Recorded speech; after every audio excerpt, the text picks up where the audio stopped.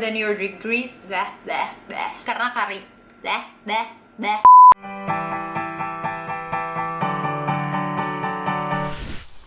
Halo semuanya, dari video sebelum ini I learned a lot untuk nggak eksperimen terlalu banyak sama kerudung pada saat kalian lagi chubby ya. Aku memutuskan untuk kembali ke style yang aku cinta aja. Oke, seminggu ke belakang karena aku lagi mau upload video baru, aku baru sadar kalau I gained a lot of views di video yang ngebahas tentang gimana aku akhirnya memutuskan untuk drop out. Nah, di situ banyak komen tentang kayak apa ya, pertanyaan-pertanyaan soal what should I do gitu, dan termasuk gimana caranya convince orang tua dan lain-lain.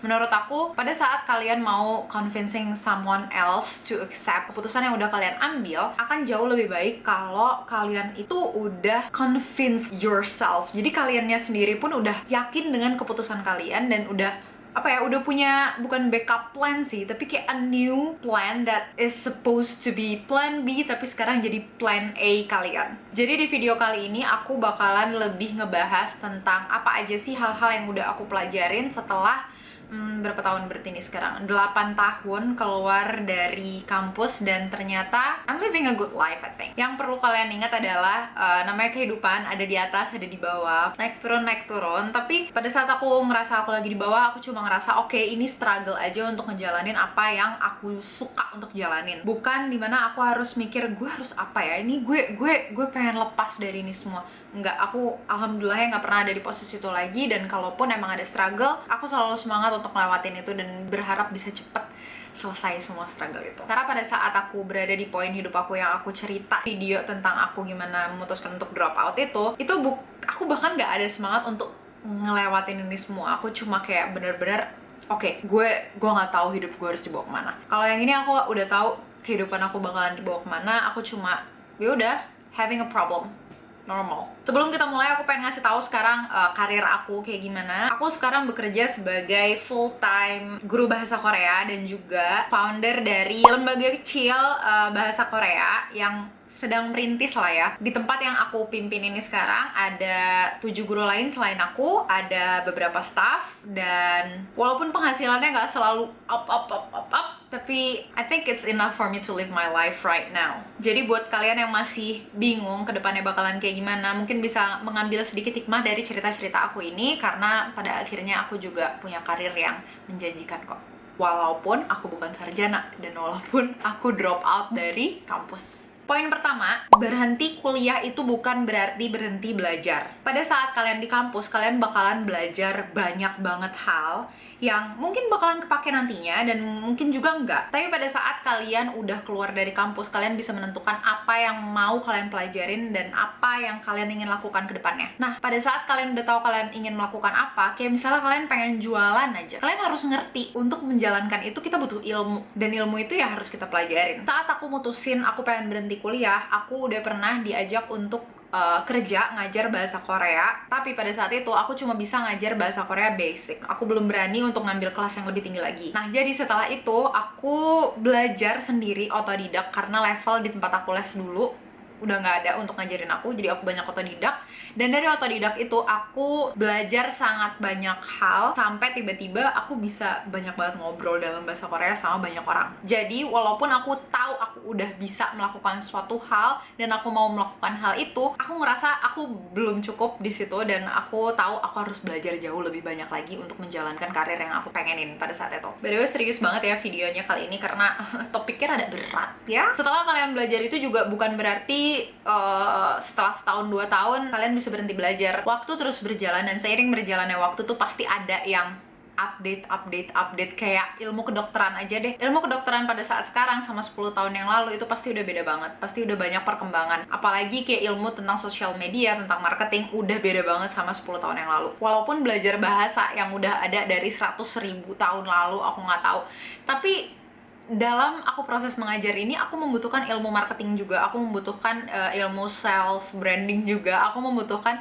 ilmu tentang bahasa-bahasa yang zaman sekarang banyak dipakai sama orang Korea, kayak bahasa singkatan-singkatan, bahasa gaul gitu. Kan dalam bahasa Indonesia pun ada banyak kan, dan dalam bahasa Korea juga ada banyak. Nah karena itu sampai sekarang pun aku masih belajar, dan aku ngerasa yang namanya bahasa tuh aku kayak nggak akan pernah bisa berhenti belajar deh. Tempat belajar kalian pun nggak perlu yang susah-susah. Sekarang semuanya bisa belajar dari online, mau belajar dari online class, master class. Kalian tahu kan master class itu aku pengen banget ngambil, tapi sampai sekarang aku belum ngambil karena belum yakin bisa dedikasi. Terus kita juga sangat amat bisa belajar dari YouTube. Di YouTube itu apa sih yang nggak ada sekarang? Kita tuh bisa belajar banyak banget dari YouTube, walaupun mungkin hal-hal yang apa ya, yang detail, yang spesifik nggak bisa dipelajarin dari YouTube, tapi sekarang ada Google. Ada juga buku yang dengan gampang bisa kalian beli. Terus di YouTube juga banyak TED Talk. TED Talk itu udah kayak kalian datang ke acara seminar, tapi for free. Dan banyak banget orang yang mengisi TED Talk sesuai dengan apa yang kita pengen nih topiknya. Dan mereka memiliki jauh lebih banyak pengalaman dari kita. Jadi, dari YouTube aja kita bisa belajar banyak banget. Sekarang juga udah banyak banget ilmu yang di-share sama orang-orang melalui sosial media kayak Twitter, Instagram,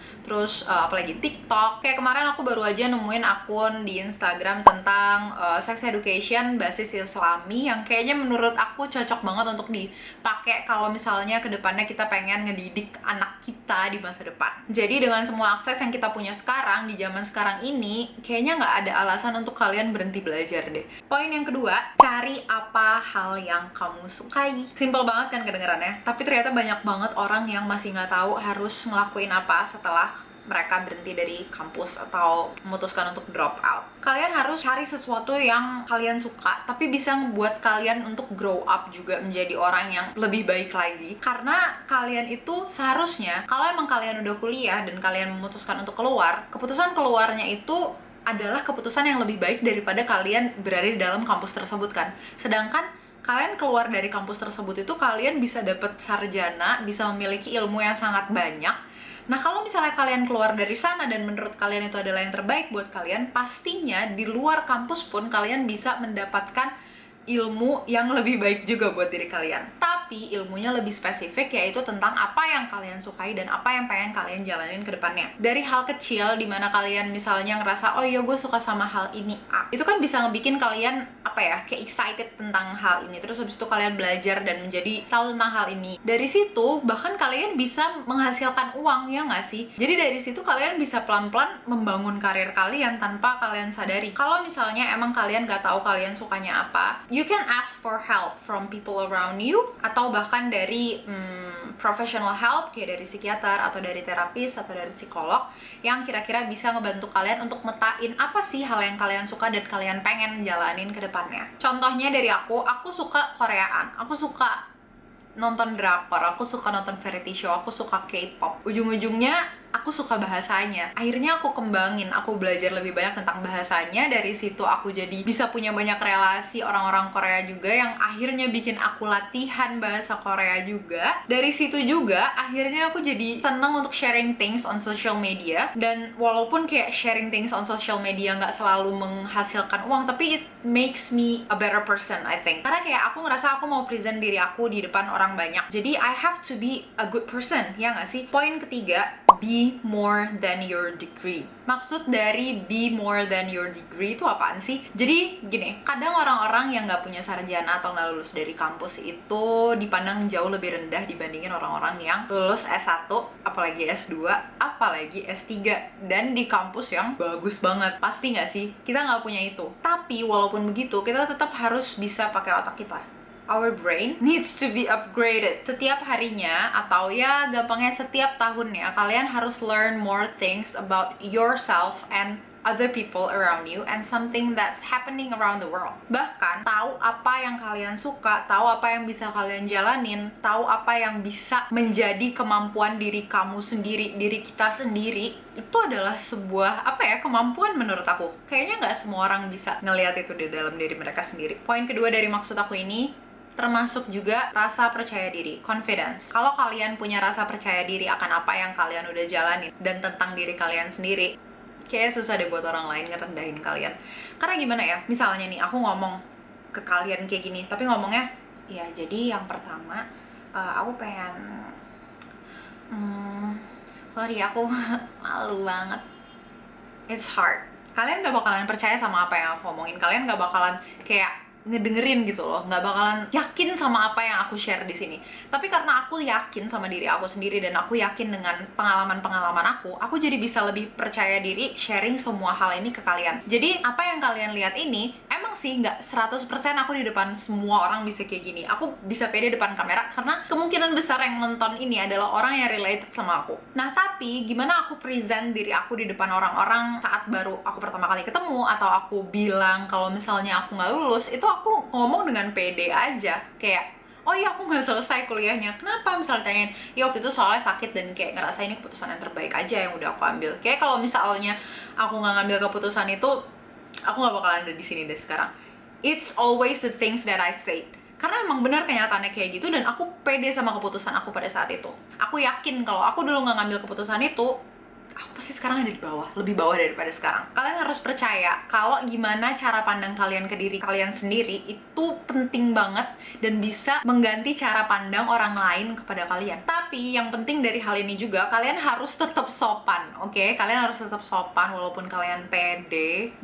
Harus bisa bedain yang mana yang namanya percaya diri dan yang mana yang namanya sombong ya. Kuncinya gini aja deh, as long as you can be accepting if you want to be accepted. Dan berlanjut dari itu, social skill kalian juga harus jalan. Jadi di sini kan be more than your degree. Orang-orang yang kuliah udah pasti temennya banyak ya, temen di kampus. Dari situ mereka orang-orang di kampus itu jadi A, jadi B, jadi C, dan kita temenan sama orang-orang tersebut. Nah, tapi sekarang kita keluar dari kampus itu.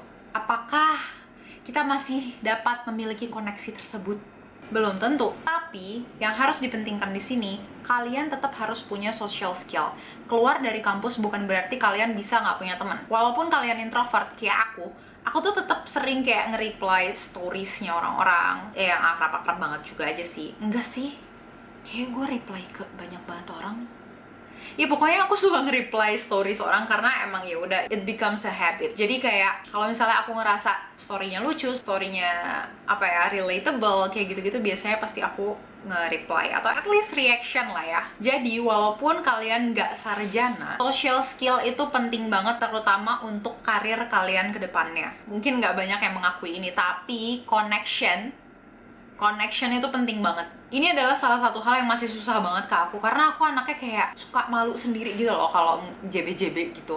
Tapi ternyata tuh itu ya emang penting banget. Kalau misalnya ada sosialisasi atau gathering atau ada ngumpul-ngumpul, ya kita kadang-kadang emang harus ikut mau nggak mau. Karena bisa aja dari situ kita jadi kenal sama A, kenal sama B, kenal sama C, yang akhirnya suatu hari bisa ngebantu kita pada saat kita lagi membutuhkan sesuatu yang bisa mereka lakukan gitu. Contohnya aja ya, misalnya karena aku kenal sama banyak orang-orang ini kalau misalnya ada rekan kerjanya atau partner di kantornya atau kantornya mereka sendiri pun butuh interpreter dalam bahasa Korea atau butuh translator dalam bahasa Korea, mereka biasanya langsung hubungin aku, nanyain ke aku.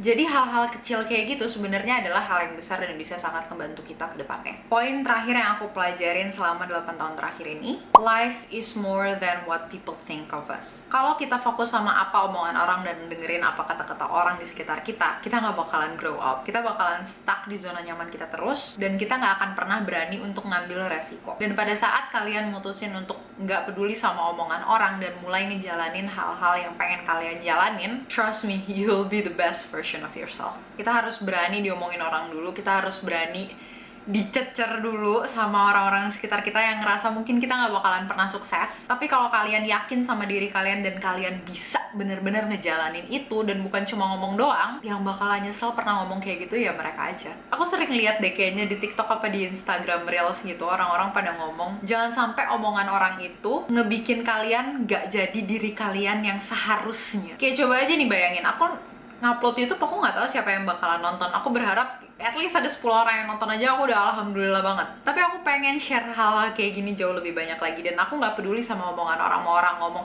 itu tuh si Aci mau coba jadi YouTuber, hihihi, bodoh amat. Yang penting aku ngejalanin ini karena aku suka dan aku ngerasa ini bisa ngebantu banyak orang. Kayak aku bacot kayak gini bisa ngebantu banyak orang, it makes me so happy. Dan gimana coba kalau misalnya kalian ternyata emang tugasnya di dunia ini adalah untuk ngebantu orang lain atau melakukan suatu hal yang kalian mungkin terlalu takut untuk jalanin karena omongan orang lain. Oh my god, that's just not it. Kalian harus coba untuk belajar gak peduli sama omongan orang lain dan jalanin apa yang kalian terlalu takut untuk jalanin. Segitu aja video dari aku hari ini. Mungkin nanti aku bakalan bisa bikin video yang related sama hal-hal kayak gini juga. Tapi for now I can't really think about it. Kalau misalnya kalian ada pertanyaan bisa tinggalin di komen. Kalau misalnya kalian ada keluhan atau pengen hal itu dibahas sama aku, please leave a comment. Tips jadi confident, tips belajar sendiri atau apapun itu, just hit me up. Bye bye.